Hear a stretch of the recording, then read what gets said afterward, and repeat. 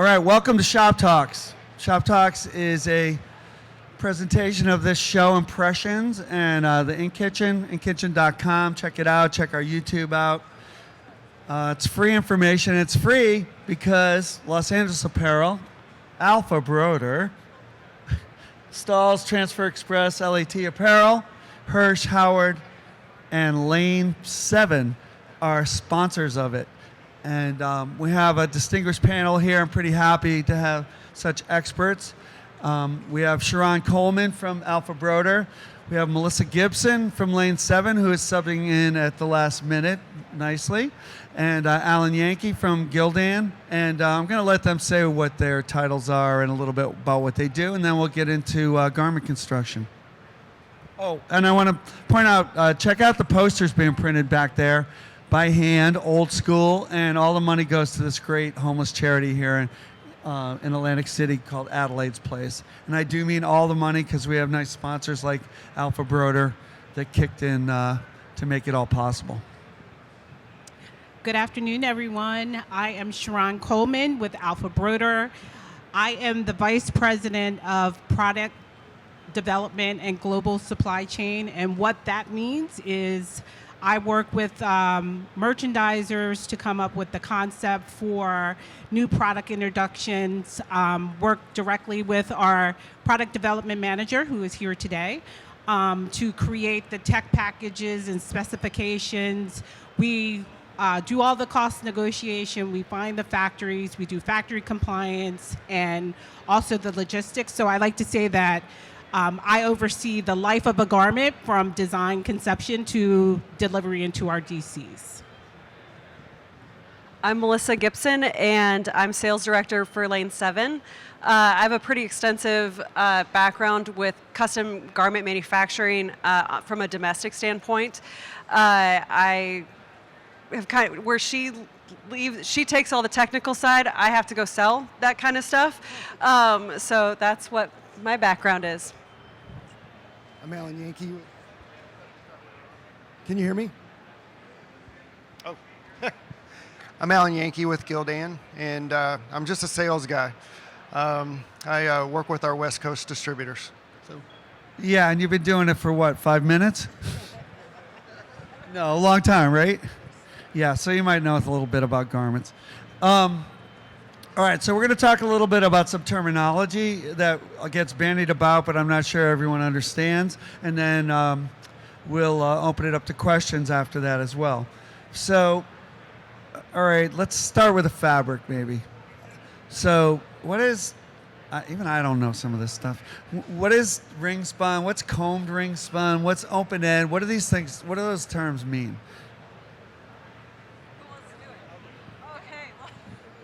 There's one I'll take on.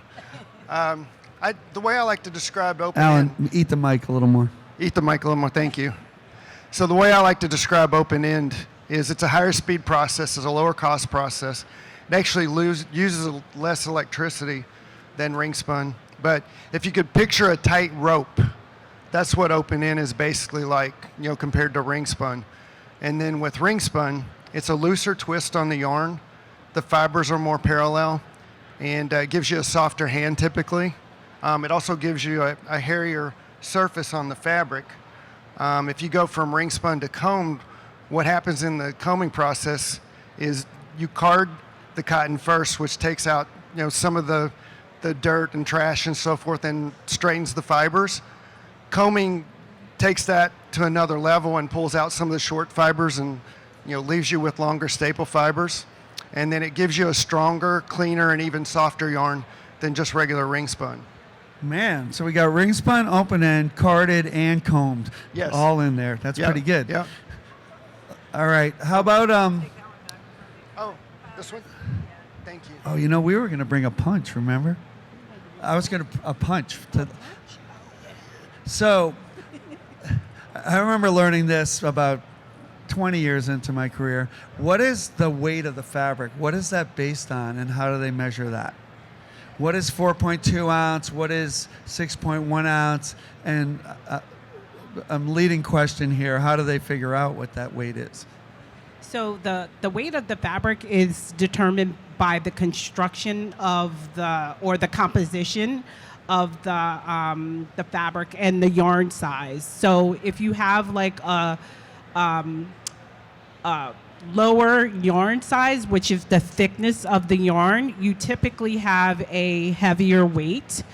The finer the yarn, which can go up to 120 singles, that could be, I don't know, 80 grams. We talking garments per meter squared. No, and I saw a punch once, I remember. Okay, the when punch. When I got to Los Angeles, it punches that. That was okay. like the test thing. It cuts out Yep. a little square, a little circle or something. So right? the finished fabric, there's the old school way, which is the punch. Yeah. Is you take the fabric and you actually punch it and you put it on a scale, and that scale will tell you. There's like an old school formula. Like you could take one punch and you can times it by 8, and that will give you what your ounces are. So but that's the old school way. All right. I still use that way, by the way, because I'm old school. All right. And then I heard that word single in there. What is that? The single is the ply of the yarn. So, I can help with that one. okay. Okay. Single expert. It's an inverse relationship. 840 yards of yarn that weighs 1 pound is one single. Okay. Man, I So- didn't ever heard this before. This is some fancy math. 8,400 yards of yarn that weighs 1 pound is a 10 singles yarn. So 20 singles would be what? Double that. 16,800 yards of yarn.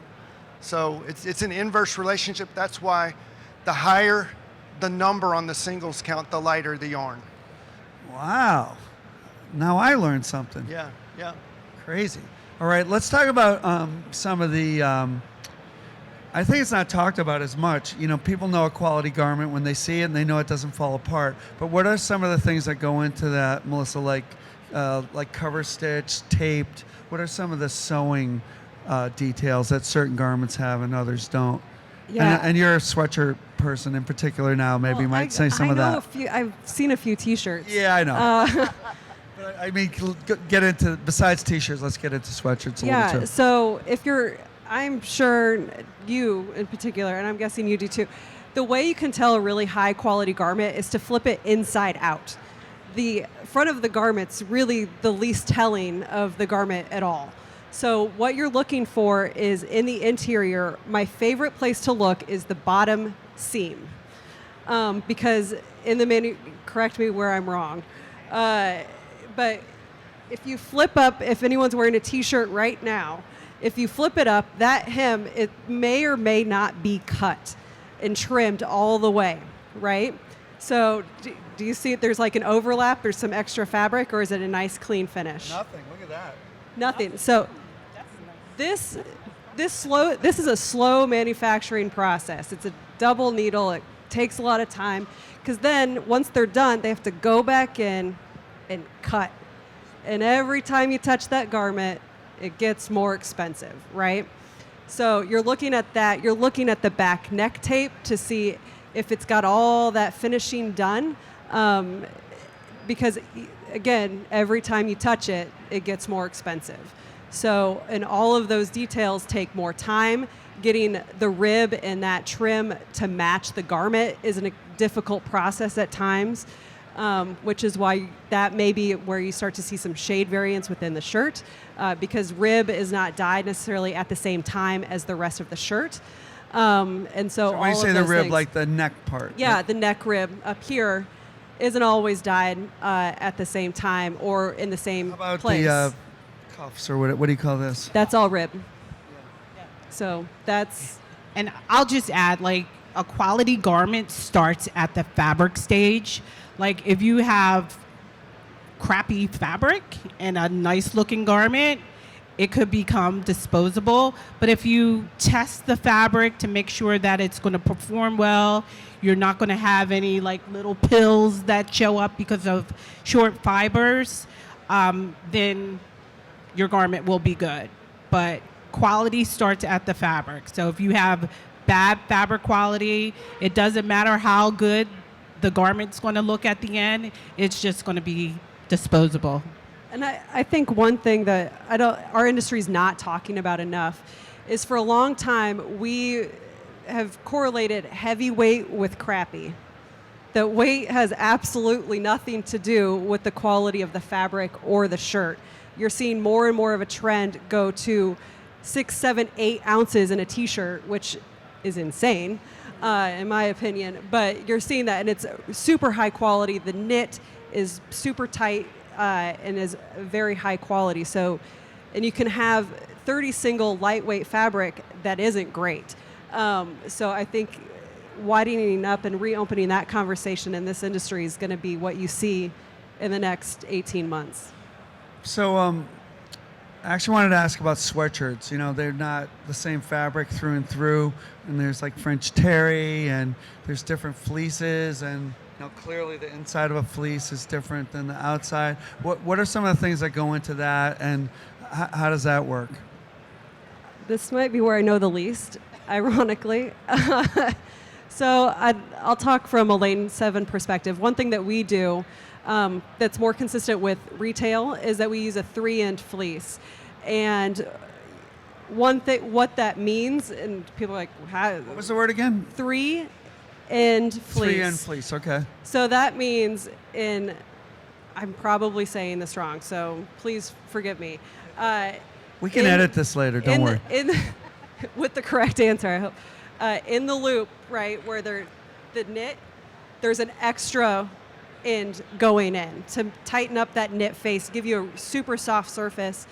One thing that Lane 7 does, and she's modeling so beautifully, is it's 100% cotton facing, which is different, and then the back of it is a blend. And the way that they do that is that there's actually a mesh layer between the front and the back. So you're actually getting 2 completely different garments essentially made into one, which is why you're able to do a lot more decoration techniques with the 100% cotton facing. So that's called cotton facing. Yeah. So, which is another big trend you're seeing within the space. If you're having retail quality, finally kind of our industry is mimicking a lot more retail And quality. what's French terry? What is that? French terry is the beginning stages of fleece. So the only difference between French terry and fleece is once that loop is broken on a French terry, it then becomes fleece. And then there's a brushing process to give you that nice fluffy So feel. it's like baby fleece. Yeah, it's like the infant version of fleece. Rick, I'll go into the fleece a little bit too, Yeah, on please. the 3-end Yeah. versus 2-end. You know, with the 3-end, as she said, you have a face yarn, a tie-in yarn, and a backing yarn. Eat the mic. Okay, I'll get closer. So the way you get the 100% cotton face is you have 100% cotton face yarn, you have 100% cotton tie-in yarn, and then as she said, your poly is on the backing yarn, which is what you pick to create the napping on the back of the fleece. So 3-end's very valuable from the standpoint of being able to do a 100% cotton face. And you can do variations on your face yarn too to have a smoother surface or a more coarse surface or a textured surface. The advantage of 2-end from a manufacturer, you know, like Gildan standpoint, is that we can knit the same fabric on, we can knit both jersey fabric and fleece fabric on the same knitting machines. So it gives us a lot of flexibility in our manufacturing. But we do 3-end fleece, for instance, in Comfort Colors. And we'll be doing it in American Apparel soon. So, All right. Well, we're talking about comfort colors, and you're wearing the colors there. What is garment dyed? What does that mean? typically when you produce a T-shirt, you dye the fabric. You dye these 500 to 600 pound rolls of fabric, and then that fabric goes to be cut and then sewn, into a T-shirt. What we do with Comfort Colors is we actually manufacture the T-shirt first, and we dye the T-shirt instead of the fabric. So. And that T-shirt's called a PFD. That's correct. Yeah, And It's not Prepared for obviously dye. It's not Prepared dyed. for dye. Prepared for dye. Yeah. And it's so that- there's some special, actually, having been really good friends with Barry Chenard, Sure. who was the master of Comfort Colors and PFDs, and Kevin Kamisa. Right. What goes into making a PFD versus just a white shirt that you would dye? You have to what is oversize it? You have to oversize the shirt first because there's a lot of heat pressure in the dyeing process and a lot of shrinkage in the dyeing process. It's basically washed and dried, right? It's a huge washing machine, basically, just this massive washing machine. And so, with any cotton shirt, you're going to have shrinkage. And by the time you get a Comfort Color shirt, it's the equivalent of 50 home launderings. So you get a washed and worn look, right out of the box. And so it's not for the faint of heart to do. It also tends to, the shirts want to twist and do all kinds of stuff. Absolutely. So the manufacturing of a PFD is a very difficult process. A PFD also isn't white. It's not bleached usually. It's scoured. Typically, it's only scoured. Right. And yeah. so that's why if you discharge it, it discharges to an off-white, not to such a bright white color, Yeah. for example. So there's a lot goes into it, right? Yeah, we call it grayish, but to you it would be a natural look, basically. Gray goods, right? Yeah, gray goods, yeah. Sure. So what's the difference between reactive dyed and The simple way to describe that is reactive is what you would see with a typical T-shirt, and that's where the dyes actually penetrate the fibers of the shirt, and it's more color fast. With pigment, what you're doing is you're painting the surface of the fabric. So if you're doing reactive, like you've probably seen tie-dye shirts, and you've seen the polyester stitching is white on that shirt, right? So the reactive dyes don't penetrate the polyester; they only penetrate the cotton. So you have to use dispersed dyes with polyester, use reactive or direct with cotton. With pigment dyes, we'll paint either one. They'll paint polyester or they'll paint cotton. You know it's pigment dyed if you rub a white shirt on it and the color comes off, or you wear it for the first time without washing it and get sweaty, and you take it off and you're suddenly purple. Exactly. Exactly. So it's like a pair of blue jeans, right? It paints the surface of the fabric, and the more you wash it, the more washed and worn and faded it's going to look. All right, should we do questions, or you think we missed anything about garment construction there? Can we talk? I think talking about PFDs is super important because I know a lot of people are doing their own dye stuff at this point. So when I was dealing a lot with PFDs, if you order larges, right, you've got say you ordered 6 cases of larges, right? Box 1 and box 6 may look completely different before you put them in the wash because you have to do a test to adjust your pattern to that shrinkage to get into your spec after wash. So it may look 2 sizes different, but after you go through that wash process, you end up with that consistent garment, which is why PFDs generally cost more because there's a lot more fabric that has to be used in that process. Rick, one thing we skipped also with a PFD, with a typical T-shirt, you're going to use polyester thread for the stitching. With a PFD, you actually use cotton thread. Which is weaker. That's correct. It is. But that's so that the stitching dyes along with the fabric of the garment. All right. Other questions? We can take some questions. Yeah, let's take some questions. Who has a question about garments? You got experts up here for once in your life. Think about it. Even our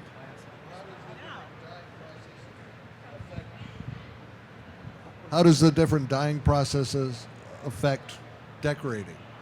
Decorating? adversely. Adversely or positively. Rick's going to be the expert He's on the that. expert. You know, that is a tough one. In particular, the pigment dyes can be hard. You have to determine. I think actually you've solved that. I don't think you get dye migration really, particularly right now. You have to watch out. Pigment dyes will color the shirts in the pile because, you know, what I say a lot of times when something's difficult to print, it's also what makes it a nice shirt. So you have to deal with it. So what makes a pigment dye feel so wonderful is also a big problem in that the pigment wants to come off onto the prints before it. That's why a lot of times if you decorate properly, like tone on tone is a great solution for a pigment dyed shirt, because then if any pigment gets on it, it's fine. You know, doing a bright white, big giant area, and you're going to stack them up at the end of the dryer, a little tougher. You know, it'll show in particular, if they're red versus blue, blue on white kind of makes white look whiter, for example. So that's not as much of a problem. There's a lot of things to think about with that.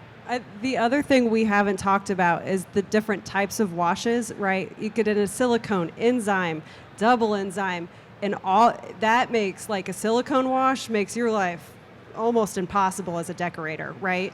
And which is why, if you have a customer who comes to you, right, and they're like, I want to provide my shirts because I bought them at Lululemon, right?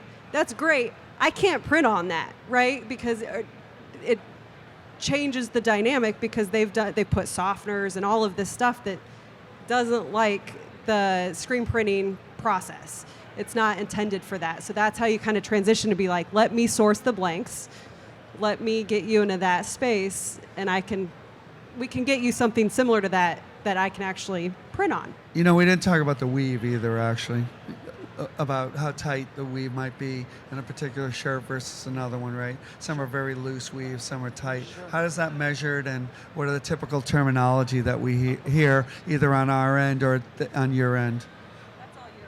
Stitches per square inch. Stitches per 2 centimeters. Stitch density, is that Yes, it? the density. So different fabric knits. Just talking about knit fabrics. So you could have a jersey knit, which is a tighter knit. So it's easier, I think, to print on. I'm not a printer. So when you print halftones, you got to print halftones on fabric. So if they're tight, you're going to hit fabric most of the time. If it's loose, some of the dots are going into thin air. Yeah. So that's that in a nutshell. Yeah, so like a piqué fabric has a looser knit than just like a interlock or jersey. So that might be a little bit more difficult to screen print on. So your choice of embellishment may be embroidery instead of, screen print. Is that the same for canvas? What's that? What about printing on canvas? Printing on canvas. Tote bags. Yeah, there's different. There's different knits, or that's not what they call it. What do they call it when it's canvas? On Like a canvas bag. On a canvas bag. Like canvas bag. Some of them. I do apparel, for the record. Okay, because it's not just the weight of the canvas. It's like how smooth it is and the stitch density for how the prints go on. So when I talk to customers, these are all general rules, right? As far as the stitch density is concerned. If you have 2 shirts of the same weight, the shirt with the finer yarn is typically going to have the tighter stitch density, because you have to knit it tighter to come up with that same weight. And so that's going to hold the ink on top better. And it's going to give you a higher definition on your prints. So. Yeah, so the tighter the weave or the knit, the heavier the garment or the fabric is going to be. All right. Other questions about garments? Printing, life, what have you? The rain. Hey, Rick, weather. I think this is an interesting topic to me. So we've used lower energy dyes over the years. Like back in the 90s, I used to tell people that if they're printing polyester, they need to keep the temperature 360 degrees and below.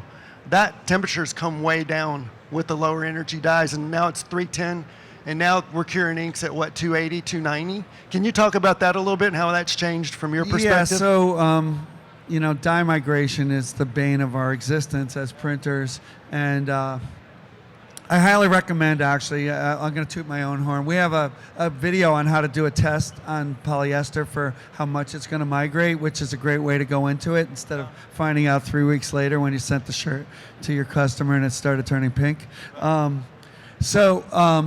There's both catalysts to add, and there's low temperature inks, and there's barrier inks, and there's all kinds of tools now to deal with dye migration.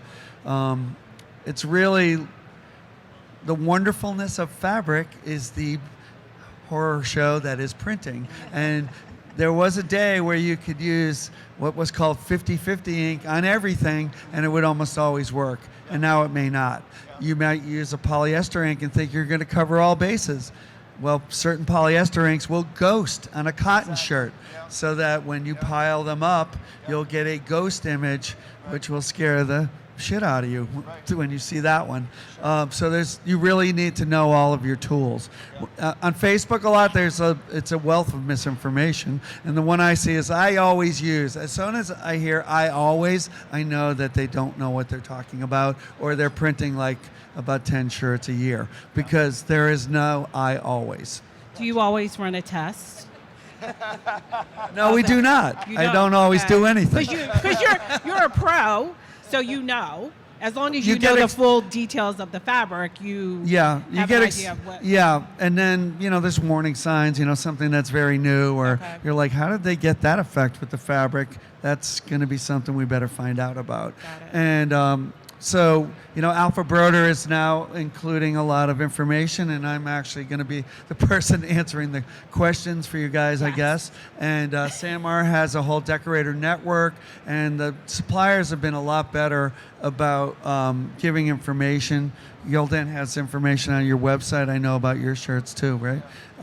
So it's increasingly you want to look for every resource you can find, and especially it's a warning sign when it's something new. And don't look at TikTok because they don't know what they're doing on TikTok. Other questions? Can we hold? Well, I just want to talk about overdye. We didn't talk about that because I know that turns into a real fun conversation for you guys. If you're discharge printing, you discharge and you're like, this is supposed to be black, supposed to go to bare fabric. And then you're like, oh, this is turning pink. Why is this turning pink on me? Because sometimes we, as mills, not anyone up here, but there's some that they're like, oh, we overproduced in red by 15,000 units. How do we solve this problem? Dye it black. And so when you're doing certain kinds of printing, make sure you talk to the mill or whoever your supplier is and say, is this discharge friendly black specifically, because some people overdye. Yeah, and it's not. It can find be. It's a cool effect if you knew it was going to happen. It's just not. We there was a mill that was in California actually, and we used to answer their questions. And someone had discharged a black shirt, and it was neon green. So they clearly had, probably dyed the wrong green and turned it into black. And so I don't even understand chemically why it doesn't all discharge, but it doesn't. Well, especially that would be true with green, because green doesn't discharge anyway. Dischargeability is not a quality issue, by the way. It's like a hand and glove thing. Discharge ink works with certain things. Hi. Are there any inks that are considered a bit more eco-friendly or maybe hypoallergenic that you recommend? All right, so the question is about eco-friendly inks. That is a very difficult question, I would say. And it has a lot. People's processes have more to do with it almost than the type of ink. But, water-based ink could have, arsenic in it, or it could be all natural and have hemlock in it and be poison. It's not. Just the term water does not make it safe necessarily. Discharge ink, for example, does have a catalyst that's not particularly friendly to the people working in the factory. And unless you're proper ventilation, that's not very, maybe ecological, but it's certainly not safe. Some people, we use a lot of plastisol, but we have a pretty extensive filtration system to take it off, and then we settle it out, and the chemical we use isn't particularly volatile, VOCs, but it's still plastic in it, which isn't a great thing to do to this world. So it's a very difficult question. I think some water-based inks are acrylic. I don't know how much acrylics have been studied that much. Certain things are to avoid for sure. Any ink or emulsions that have phthalates in it, phthalates have been proven as all kinds of disruptors. There's they're kind of like dioxin. They're not good. They were used, unfortunately, in a lot of children's things to make them soft, but they are particularly toxic to children. So you want to avoid anything with phthalates. And then beyond that, it's the method. Plastisol, the great thing is you use it. Whatever you don't use, you put it back in the bucket and you use it tomorrow. Water-based ink tends to go bad, you throw it out. We did a job for somebody that specified a very particular kind of water-based ink. We ended up throwing out 22 gallons of ink that went bad later. It's like, that's not very ecological. Discharge ink goes bad after 6 hours. So you throw out all the ink that you're using unless you use it for a white shirt later. Otherwise, it's no good. So it's a tricky question, and so because it's tricky, I wouldn't say don't ask the question. I'd say like just you're going to have to dive in a little, and your bullshit detector is going to have to be really big. There's a lot of greenwashing. There's a lot of pretty pictures of rustic woodland scenes. They don't necessarily translate into environmentally good processes. I'm sorry it was like such a long-winded answer, but it's a really difficult question and one we need to be asking more and more. It's a good question. And then I guess, for the garments, ecologically, certain things are very good. Certified, people are like, it all doesn't mean anything. Certified organic means a very specific thing. I know AlphaBroder sells E-Conscious. They have all their certifications in place. I've checked it out. That means something. Organic has a very specific definition. Some of it, though, needs more explanation. Like Lane 7 has a sweatshirt made from the garment scraps, right? Yeah, so the new trend in sustainability, and this is you're going to see this really take over in retail, I think, on all sorts of different garments, is a regenerated yarn. So they're taking old hoodies, breaking it back down, and respinning the fabric, no additional dye process, and so you have a 100% sustainable hoodie or T-shirt if they're making it into that fabric. And then what's really cool is that the life cycle, a lot of times when it has a recycled component to it, that's the end of the life cycle. If it's using recycled poly, that can't be broken down a second time and returned into another garment. Regenerated yarn, the cycle keeps going, so that could eventually become another sweatshirt or T-shirt in that lifespan, which is what you're really seeing from all levels, corporate and retail, calling for that sustainability measure. So just in this hall, Lane And 7, it's cheaper. Lane 7 has a sweatshirt, right?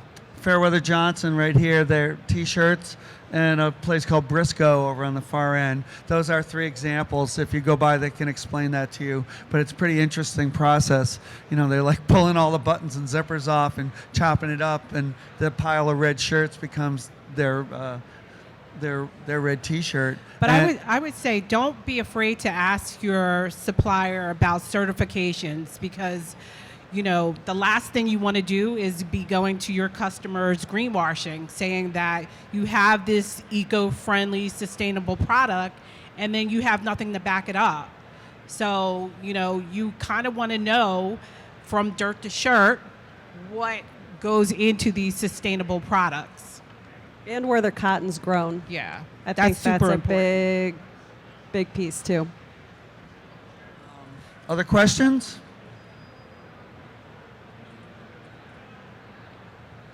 All right. I think, can you all stick around for a minute after? So if shy people can ask them questions after, you don't have to ask it publicly. They really got a wealth of knowledge here. And how about a hand for Alan, Melissa, and Cheron? Thank you. Did a great job. Thank you. Thanks, y'all. I want to thank our sponsors one more time because it does make it all free. Los Angeles Apparel, AlphaBroder, Stalls, Transfer Express, LAT Apparel, Hirsch, Howard, and Lane 7. And check out our YouTube channel, and thank you for coming.